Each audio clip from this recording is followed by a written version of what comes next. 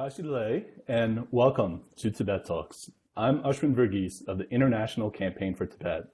Thank you so much for joining us for today's show. It has been a busy month at ICT. Just this week, we held our annual Tibet Lobby Day right here in Washington, D.C., and it was an unprecedented success. We'll have more to say on that in just a few moments. This has been a significant month for us in other ways too, as we also recognized the 64th anniversary of the March 10th, 1959 Tibetan national uprising against Chinese rule.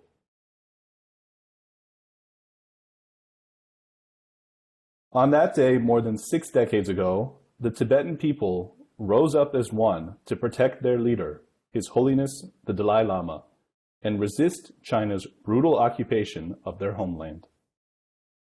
After several days of bravery by the Tibetan people, Chinese troops eventually crushed their uprising, leading to China's eventual complete takeover of Tibet, which persists to this day. However, the Tibetans succeeded in protecting their leader, His Holiness, and helping him escape into exile. In fact, tomorrow, March 31st, marks the 64th anniversary of the Dalai Lama reaching safety in India, where he has kept the Tibetan cause alive ever since. His Holiness will be turning 88 this year, and it has been his consistent position that the question of Tibet must be resolved peacefully through dialogue. His middle way approach continues to guide Tibetans in this pursuit of a peaceful solution for Tibet. During the 2000s, the Dalai Lama's envoys met for several rounds of dialogue with Chinese officials. But since 2010, no formal dialogue has taken place.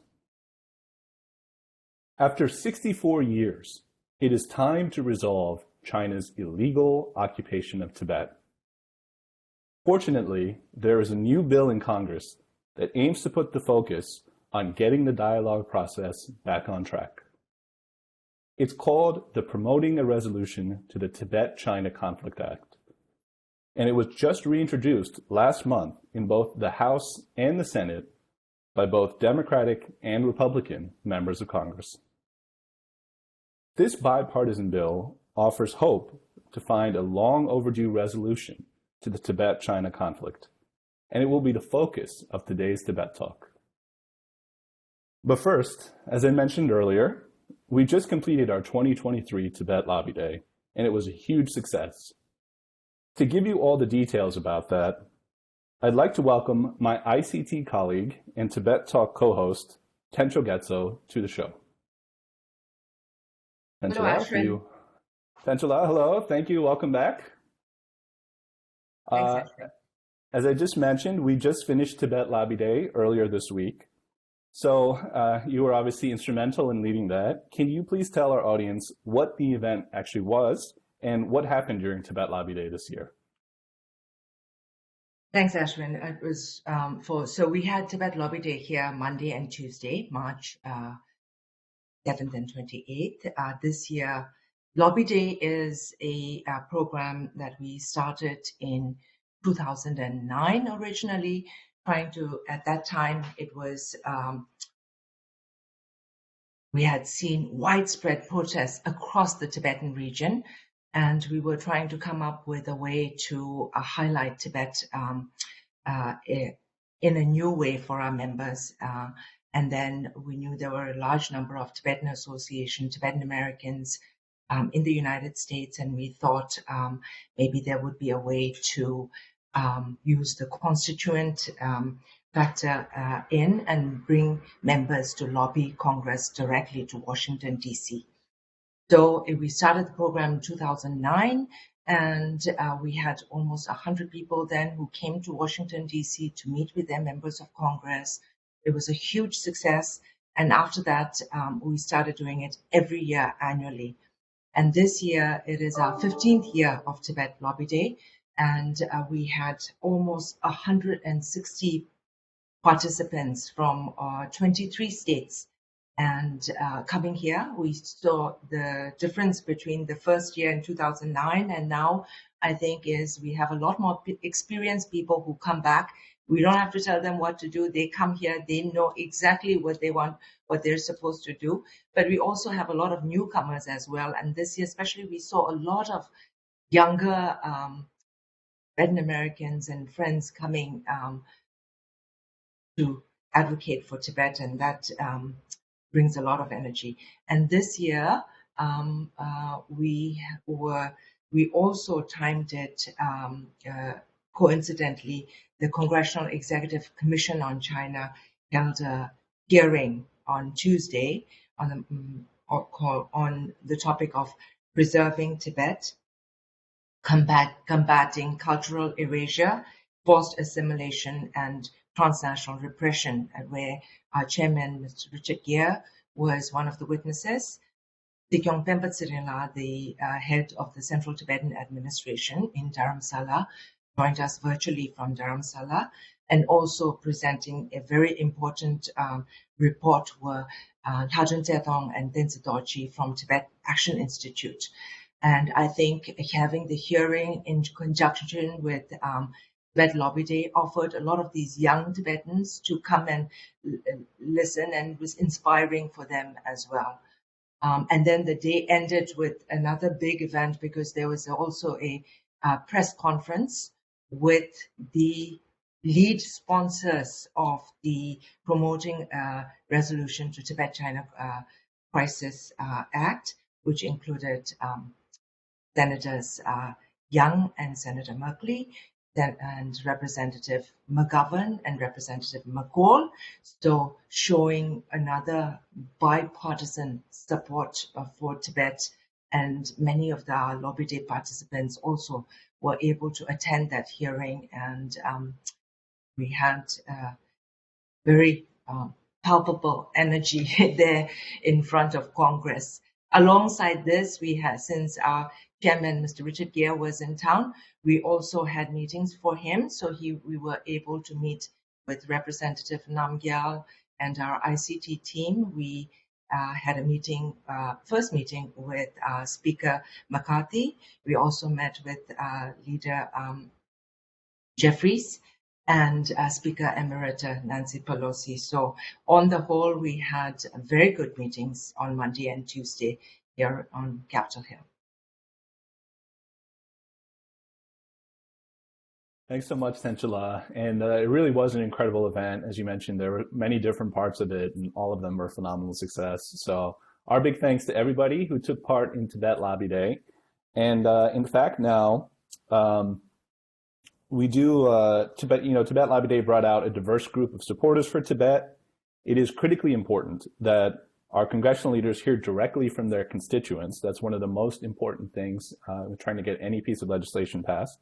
So we'd like now to show you a video of some of the participants in this year's Tibet Lobby Day. And we asked them, why does this piece of legislation, the Promoting a Resolution to the Tibet-China Conflict Act, which is also known as the Resolve Tibet Act, why is that important? And so we talked to a few different people from different states and different backgrounds, and let's take a listen to what they had to say.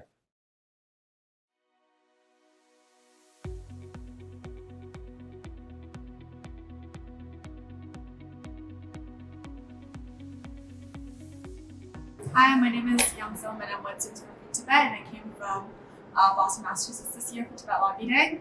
And I think this bill is important to pass because it sends a really strong, clear message to China that the U.S. government believes that the China-Tibet conflict has not been resolved, and that the U.S. government will continue to have Tibetan people's support throughout the years.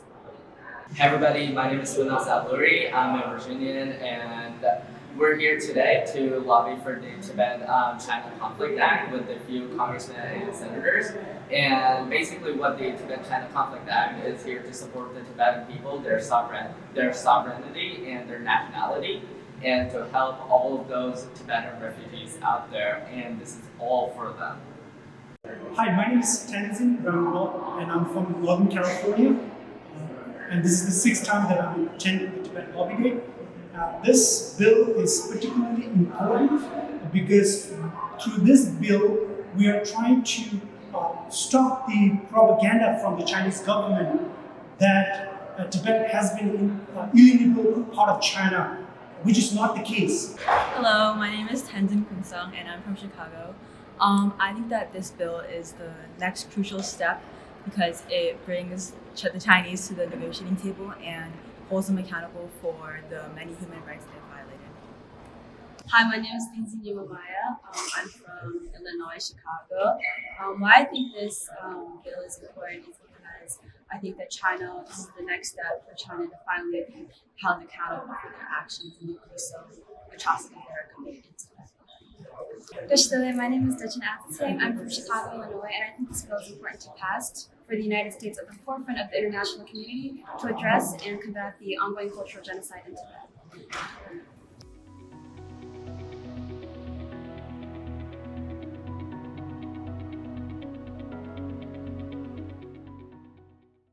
As I said, it really was wonderful to see so many Tibetan Americans and Tibet supporters here in DC for Tibet Lobby Day. And as you can see there, we had a lot of young faces this year as well, which is something that really gives us a lot of optimism for the future of the Tibet movement.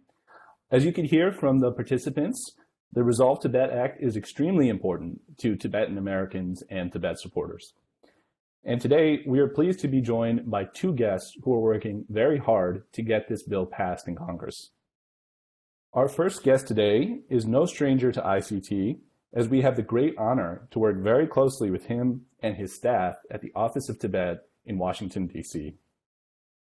Our guest is the representative of His Holiness the Dalai Lama and the Central Tibetan Administration to North America. Please join me in welcoming Dr. Namgyal Choedup. Namgyal, Tashidale, welcome to Tibet Talks. Thank you, Ashwin, for your kind words, and thank you for inviting me to ICT's Tibet Talks. Well, we're very excited to have you here. I think this is your first appearance on the show, although we all know you well, so it's great to have you. Thank you. We're also joined now by our second guest, who is another one of Tencho's and my colleagues at ICT. In fact, he's the government relations director at ICT. Please join me in welcoming Franz Matzner. Franz, welcome back to the show. Hello, everybody. It's always a delight to do this, and I want to extend another thank you to Namgyal for being here. It's been we've been working together now since he joined here in DC, and it's been an utmost pleasure working with him as a colleague and a friend. So thank you, Namgyal, for being here. Thank you, Franz. Well, thank you both. We're so excited to have you both here to talk about this really important piece of legislation and where we are with it and what comes next. But first, before we get the conversation started, I do have one housekeeping note. If you are watching this live and you would like to ask a question for Namgyal or Franz or Tencho or any of us about the legislation, please post your questions in the comment section of our Facebook Live post or email your questions to comments@savetibet.org. So send in those questions and we will share them with our guests before the end of today's show. With that out of the way, let's get the conversation started about the Resolve Tibet Act. So Franz, let's start with you actually. For people who are not that familiar with the bill, can you tell us what the Resolve Tibet Act actually does? Yeah, it's so there are a lot of components to this piece of legislation that are built on the overall message and the overall policy shift that we're hoping to see by getting this passed through both chambers and signed by the president as soon as possible. So the way I look at this, and that we've been talking about it, is that there's a lot of existing really strong legislation already in place. I guess I should say laws already in place that the United States has taken the leadership in the world to drive, but also that ICT and many other supporters played an instrumental role in getting from the start to the finish.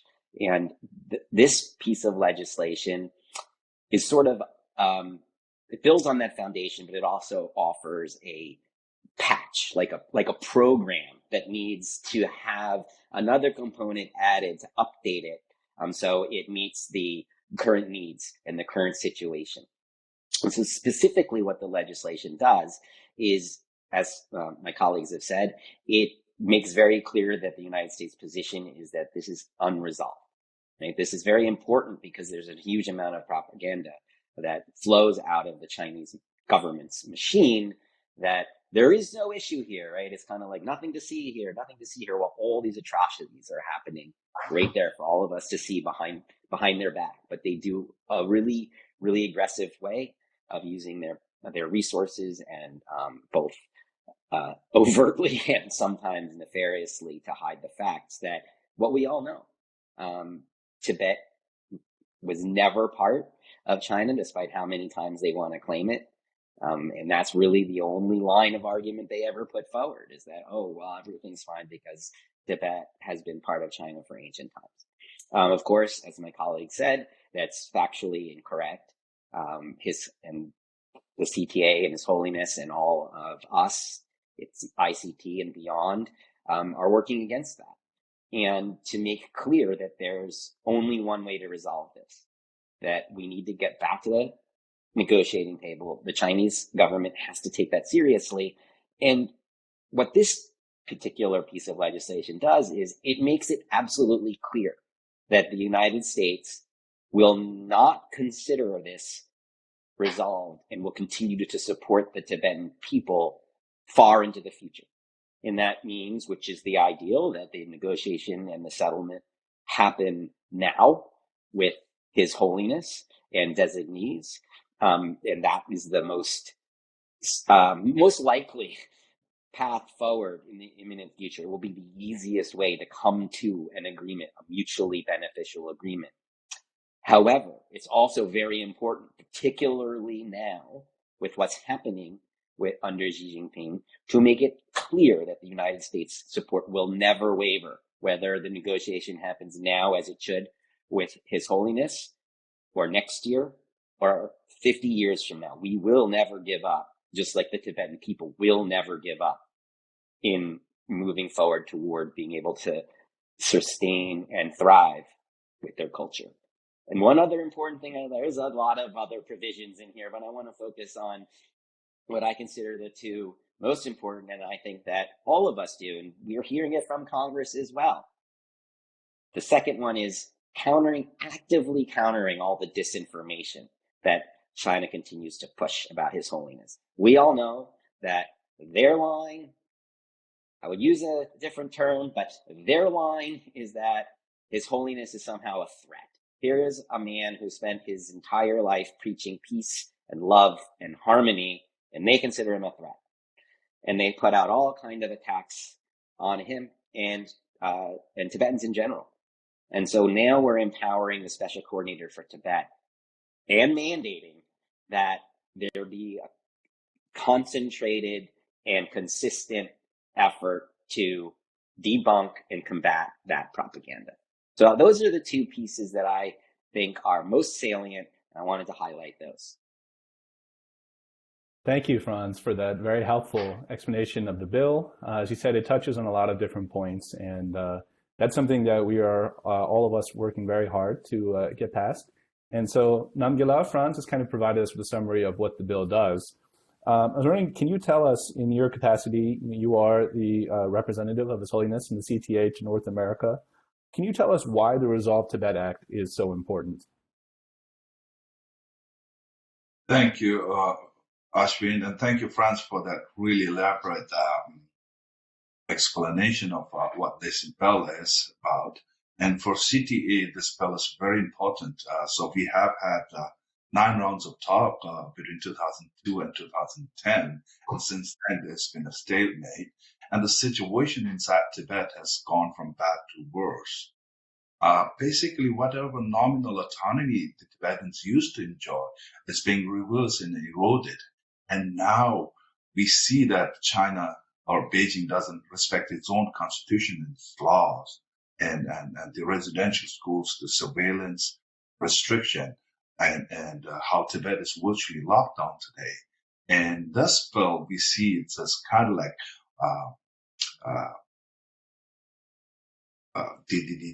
taking the United States government support for the Tibet cause one step further, and basically calling out Beijing for what it's doing. This bill, we see it's really crucial to kind of like really bringing Beijing to the negotiating table. That's how CTA looks at it. Thank you, Namgyal. And to that, I wanted to ask you also a question. We just had Tibet Lobby Day here, and we had a lot of Tibetan Americans here. They came and met with you as well. So, and you've been traveling around with the Sejong to a number of Tibetan communities here in North America. And what are you hearing from people? How has the response been to how Tibetans are viewing this bill? Because whatever Congress does, ultimately it has to be of benefit to the Tibetans. So what is the response you've heard? Thank you, Tangela. Yes, it's a great question. So I should mention in the beginning that ICT and Office of Tibet, even though we are different organizations, our mission is basically the same. And I'm so glad that we were able to work together. And actually, this Tibet Lobby Day is just a product of how we successfully work together. And you're absolutely right. When Sejong visited many of the Tibetan communities, he was basically telling the Tibetans now who are citizens of this country to do their part.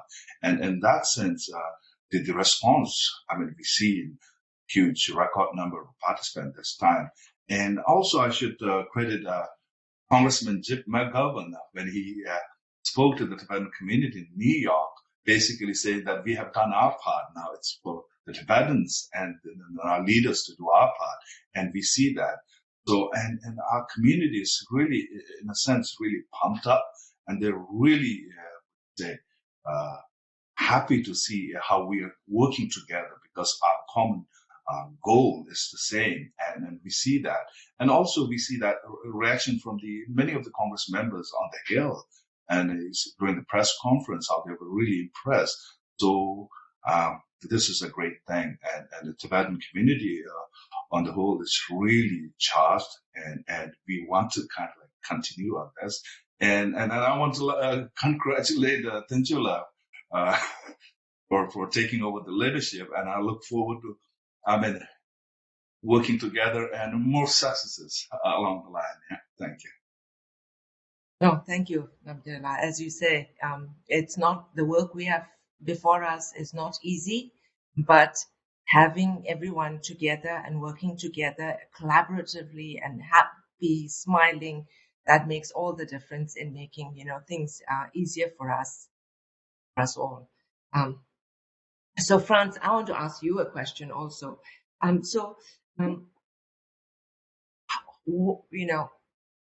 We all hear from the Congress, and this bill is there, that bill is there, and we come and we act for these. But how important are these bills actually, and what impact will it have? And also, how our listeners here, how can they be part of it, making an impact also? There's a lot in that question, Tencha. So let me see if I can start at the top. We sort of and definitely heard from Namgyal how important this is and how motivating it is to the Tibetan community. I want to, from my perspective, highlight two aspects of that. And one is the impact of the genuineness of all of the lobbyists that came in. All of our volunteers came to Washington, D.C. They came here on their own dime, at least most of the time, if not always. And that says something about how committed the entire community is. I was overjoyed to work with so many young Tibetan Americans who were taking time out. I won't say skipping school, but they were coming here to make a difference. And you can see it. There's a lot of folks, as you said, coming up, lots of different associations coming to Congress, and they come in and out of those offices with different policies. But what you see and feel with our community is that staffers and members of Congress respond to that human warmth. And even as these terrible atrocities are happening, the fact that the Tibetan community can come in with both need and smiles, and really raise the urgency, is motivating, and you can see it. That's what distinguishes the community, and allows that kind of personal relationship that gets things done. And I just wanted to put that out there at the top. As far as the impact of the legislation, kind of touched on that. I'll only, add one piece, which is that ultimately, this would represent a strengthening of the United States position on Tibet, not a remarkable change. I think this is important to note because the United States has always supported the Tibetan community and His Holiness, the Dalai Lama. But as I mentioned earlier, we need to adapt to what's really happening there and around the world. There's an opportunity to take a stronger step forward, and to make it clear that this isn't going to stop. Just because Xi Jinping takes a certain action or waits it out. They're playing a waiting game, and the United States has to neutralize that by saying, you can't wait. You got to come to the table now because we're not going to stop asking and urging and working hard. And that ultimately, I believe, is what this legislation is about. And when it's signed by President Biden, we'll be able to make that clear to China. And one other thing that I think is very important is time and time again, the United States has led the world on this issue. And as strong as the United States and clear the United States can be on this, can't do it alone. China is exerting a huge amount of financial and other pressure globally.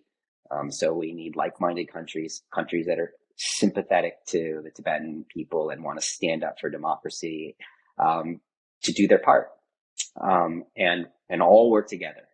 And taking this step as the United States will send yet another signal that it's time, and that the United States has an open door to everybody to come in and work together. I don't remember what the third part was, but what can everybody do to go from here? I could go into all kinds of technical details about where the bill is and committee votes and all that, but ultimately it doesn't matter, because the number one thing that all of us can do is keep going. Lobby Day is the beginning of something. Now keep going, right? Pour that passion in, quoting our chairman, every day, every week, every month, every year. Change is slow. But real change is slow. Perfunctory surface change you can get. But we need to move forward, and that means I'll give you some concretes. Whether you came to Lobby Day or not, you can continue to reach out to your members of Congress by phone, email, and letter. You don't need to have a petition. You can do it on your own. You can send materials or stop by your local office. It really works. That message gets passed on up the chain.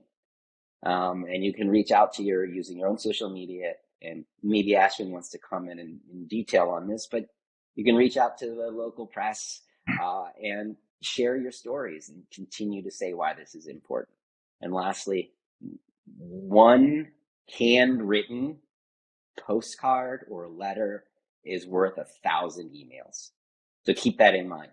One postcard in your own handwriting with your own address on it is worth 1,000 emails. And that's my summary. Thank you, Franz. Namgyal, as we've discussed, this is a bipartisan piece of legislation, and the Reciprocal Access to Tibet Act in 2018 and the Tibetan Policy and Support Act of 2020 were also bipartisan bills. What does it say that members of Congress from both parties have worked so hard on Tibet these past few years, and what kind of message do you think that sends? Great question, and yes, you are absolutely right. As Franz mentioned, this bill doesn't call for a lot of change, or doesn't change, but it kind of like building upon on the basically the first historic law passed on Tibet Policy Act of 2002. Then we had the Reciprocal Access Tibet Act in 2018, and finally the 2020 Tibet Policy and Support Act. And this, what's the latest bill, is kind of building on that and tying some of the loose ends. And as you mentioned, there has been a long history of bipartisan institutional support for the Tibet cause, and it's largely due to His Holiness' visionary leadership. And also, I mean, as His Holiness always say, people who support Tibet are neither pro-Tibet or anti-China. They're basically pro-truth or pro-justice. And basically, Tibet issue is that. That's why we see this huge bipartisan support on the Congress and among the American public. Now, this bill kind of sets the record straight by adapting to what Franz says, some of the changes or the policy that Beijing is implementing in Tibet. In that sense, it's affirmation of support to His Holiness non-violence and negotiation through dialogue. And the current American the usual official policy is promotion of dialogue or between His Holiness or his representative in Beijing in good faith without any preconditions. And this bill is kind of an affirmation of support to that. And in that sense, this bill is really important in setting the record straight and kind of like confirming the United States government where it stands on Tibet issue. And as Franz mentioned, I mean, Beijing has taken all this concession, but and over the last 1 decade or so, it has not reciprocated in good faith. And as Secretary Anthony Blinken in his address laying out his approach to People's Republic of China, he talks about how it's important to defend and reform the rules-based international order. And this bill basically does that. And nothing more than that, nothing less than that. Basically confirms that. And this bill is exactly that, promoting dialogue between Beijing and His Holiness the Dalai Lama or his representative in good faith and to resolve this peacefully. And that's what I believe. We have this huge bipartisan support so far, and we look forward to continuing that and building upon it. And this Tibet could be, as Sejong said, could be an example to the rest of the world, and it is China too, how to resolve some of this persistent conflict or issue. Yeah, that's what how CTA leadership look at it. Thank you, Namgyal. Please. Actually, may I add something to that? Because I think sure. My good friend here has really raised another point. Bipartisanship. It's not only bipartisan, it's bicameral. We have the House and the Senate leaders coming forth and embracing this and saying it's very important. And I just want to pass on one quote from one of the leaders of the bill, who proudly stated, and I think notably stated, all of these offices who don't always see things the same way on many other policies or issues can state clearly that this transcends politics and partisanship. As my colleague said, we're standing up all together for truth and peace and a better way forward. And one more quote from another legislature saying, off the cuff, my guess is that His Holiness is the most popular leader and recognized leader in the world. Yes, It's a powerful statement and of what we have in His Holiness. And it also yesterday, was it just day before yesterday? 2 days ago. At the press conference with all the bipartisan, bicameral senators there, with Richard and with all the Tibetans, it had a sense of, like when His Holiness would come to Capitol Hill, you had that kind of energy where it was bipartisan, both sides, leadership coming together, and that leading to meeting with Leader Jeffries and Speaker McCarthy together. You really got a sense that His Holiness is sending us his energy towards getting work done here. That we have that blessing. Thank you, Tenzila. That's a very nice thought. And as you mentioned, this was a bipartisan, bicameral press conference. We had not only our chairman Richard there, Namgyal was there, And we also had the four main sponsors of the bill. That was Representative Michael McCall, a Republican from Texas, Representative Jim McGovern, Democrat from Massachusetts, Senator Jeff Merkley, Democrat, Oregon, and Senator Todd Young, Republican from Indiana. And our big thanks to all of them for taking part in the press conference and for their leadership on the bill. And Franz, to kind of wind things down here, Mr. McCall did make public some assurances that he made to our chairman, Richard Gere, about what's going to happen next with the bill. So can you talk to us a little bit, just give us a kind of an overview of what comes next for the bill and what do we do to get this across the finish line? Sure, this might end up being a little bit repetitive because it's the same thing for advocacy.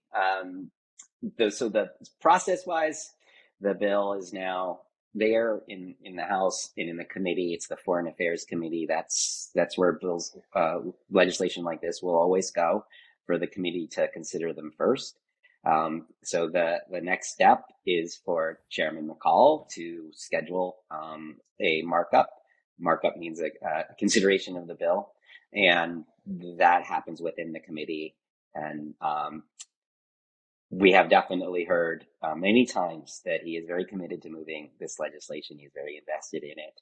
And so it's a matter of getting it on the calendar, which we, I think, have officially kindly said many times. We are waiting eagerly and are there to support it in every way.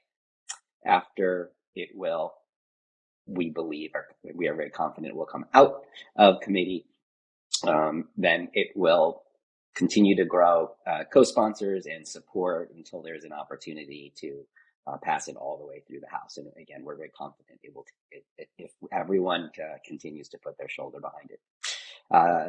On the Senate side, it's pretty much the same thing. We are very focused on building more support, and again, looking for an opportunity to pass it into law. And there's many different ways to, get from here to there in Congress. And so what our job is, and with all the support of yours, is to just keep taking bites at the apple, keep trying different avenues until we find the right one.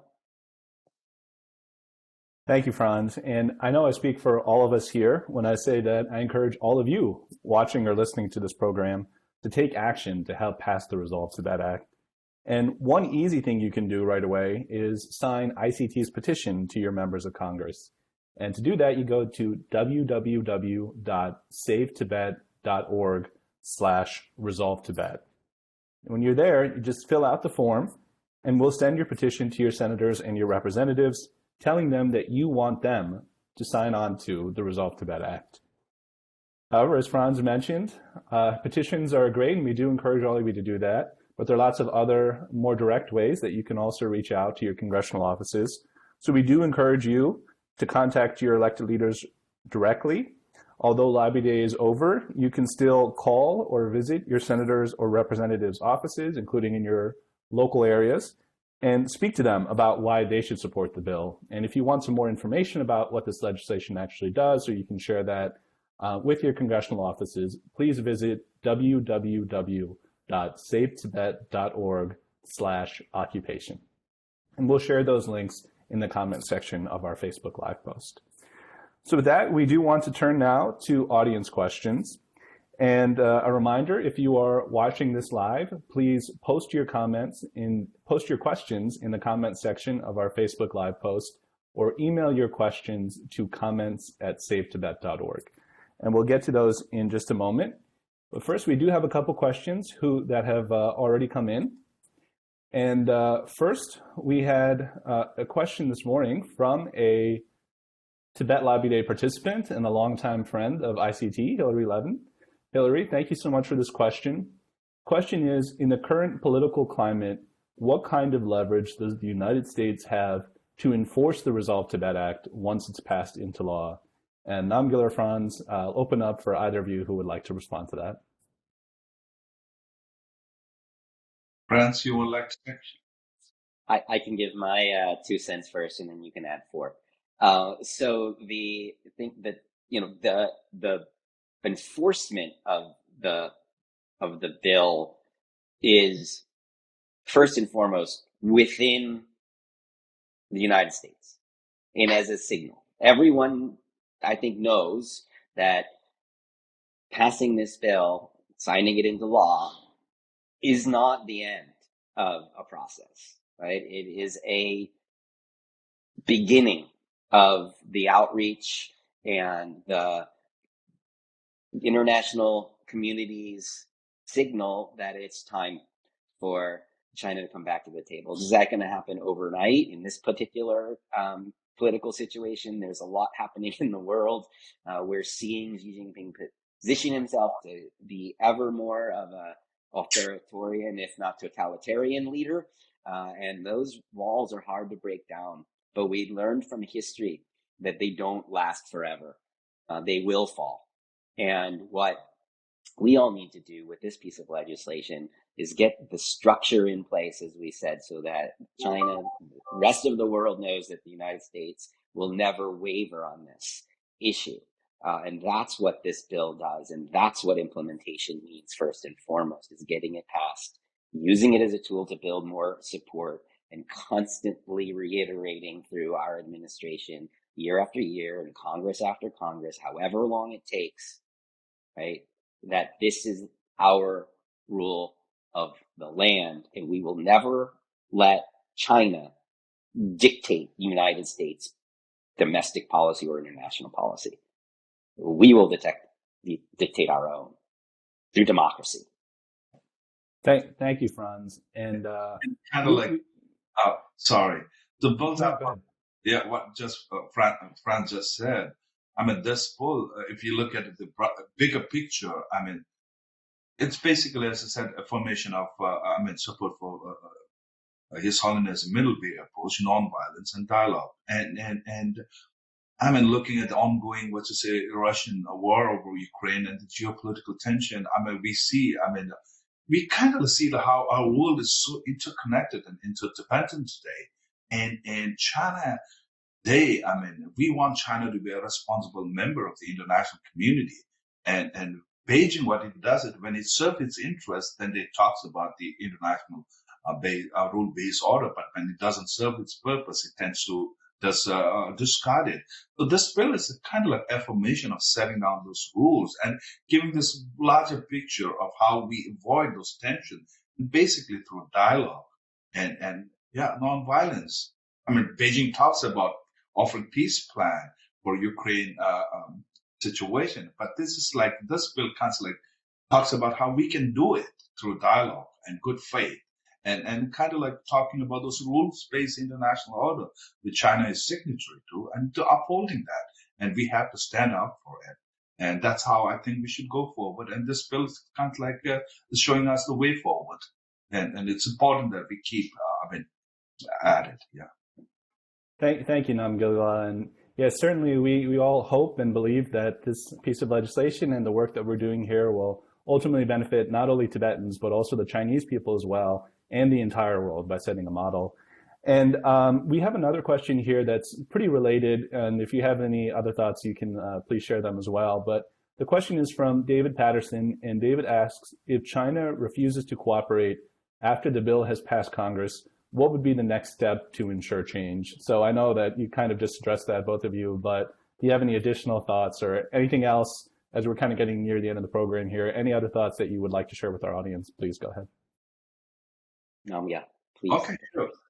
Now, if you look at the People's Republic of China's behavior, I would say from 2000, in the 2000s, China was changing in a way, but now something happened starting in 2006, as most China experts say. So the party's control and restriction on some of the basic political, space and freedom. That's what has happened. And Beijing is in a position today because, the world accepted it as part of the international community and benefited from that order.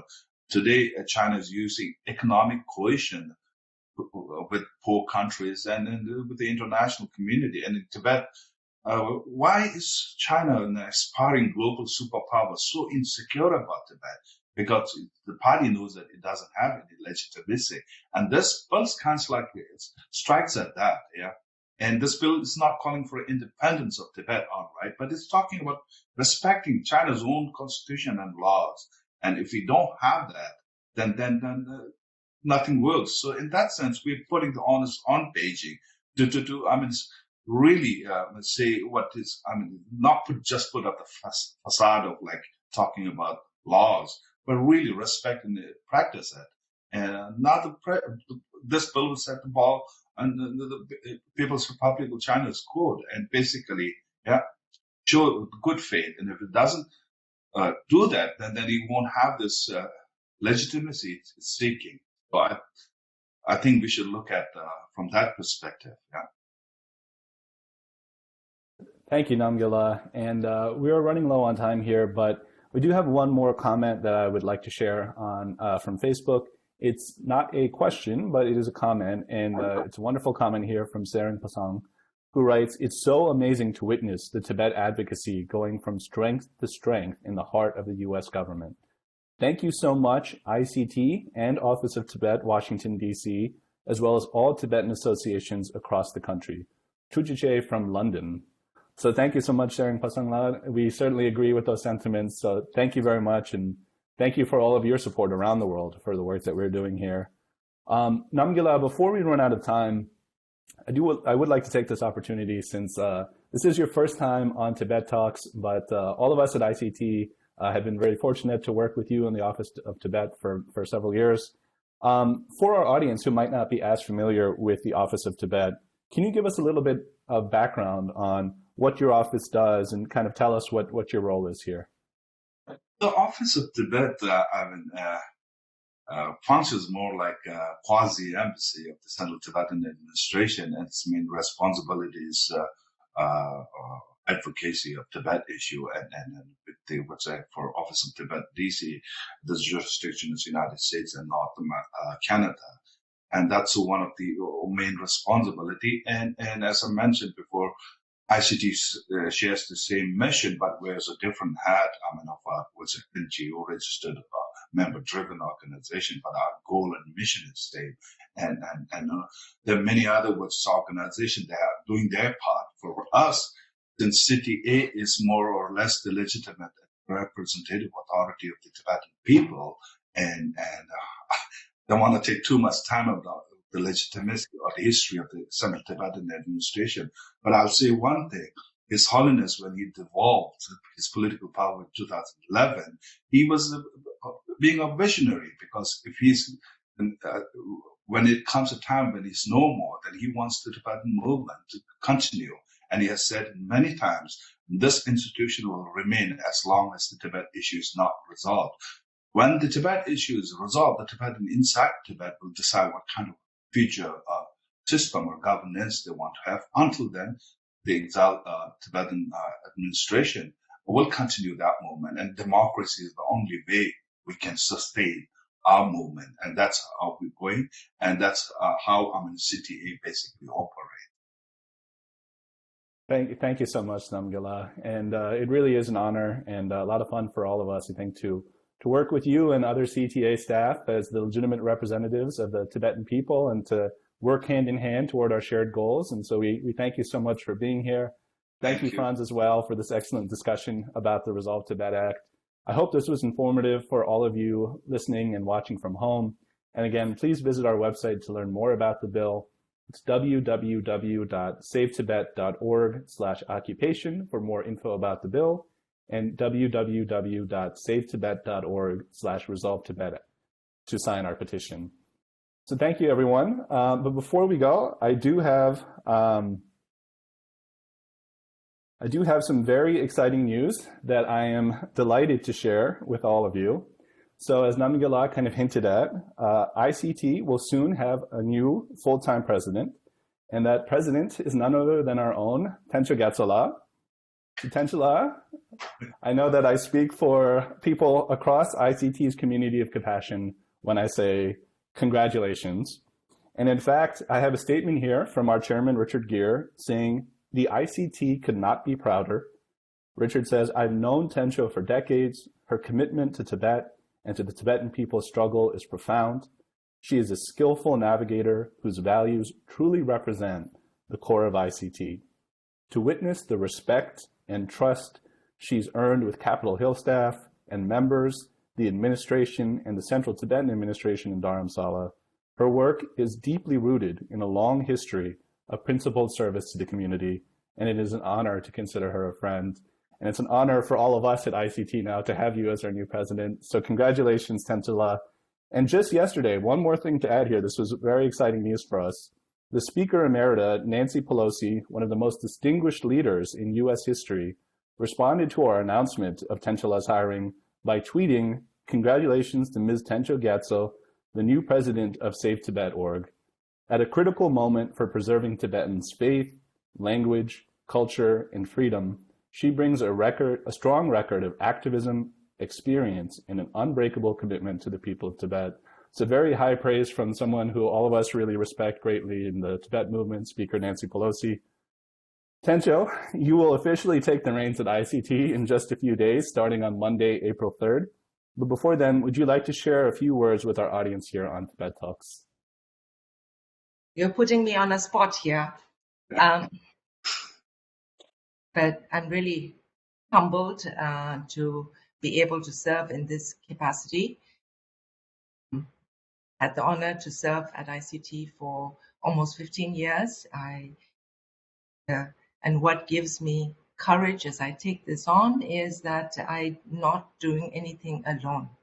We have so many friends from all levels of society, from our chairman to Speaker Nancy Pelosi, to my colleagues at ICT, our board members, our friends at CTA, our Tibetan communities, and all of our ICT members around. I think it is only when we are together as a team that we can accomplish the best work for Tibet. And then I think Lobby Day was a sign of that, when you don't, it doesn't matter where you're coming from, what state you're from, what organization you are from, but you work together for the same mission and the same drive. So I think to fulfill the vision of His Holiness for Tibet and for the people of Tibet. And I think that's most important. So I hope I will have all of your support, and all the listeners, all of your support us as an organization to work together, push the Tibet movement forward. Thanks so much, Tenchila. Congratulations, and very well deserved. And we look forward to continuing the momentum that we've built when your presidency begins next week. And we look forward to getting the Promoting a Resolution to the Tibet-China Conflict Act passed in Congress. So thank you again to Namgyal and Franz, and congratulations, and thank you again to Tenchila. With that, we really are out of time now. And so I'd like to thank you all again, all of you who are watching and listening from home. We will be back next month with another episode of Tibet Talks. But until then, as our first guest on the show, Professor Tenzin Dorjila likes to say, stay safe, stay well, and stay active. Tujuche. Thank you.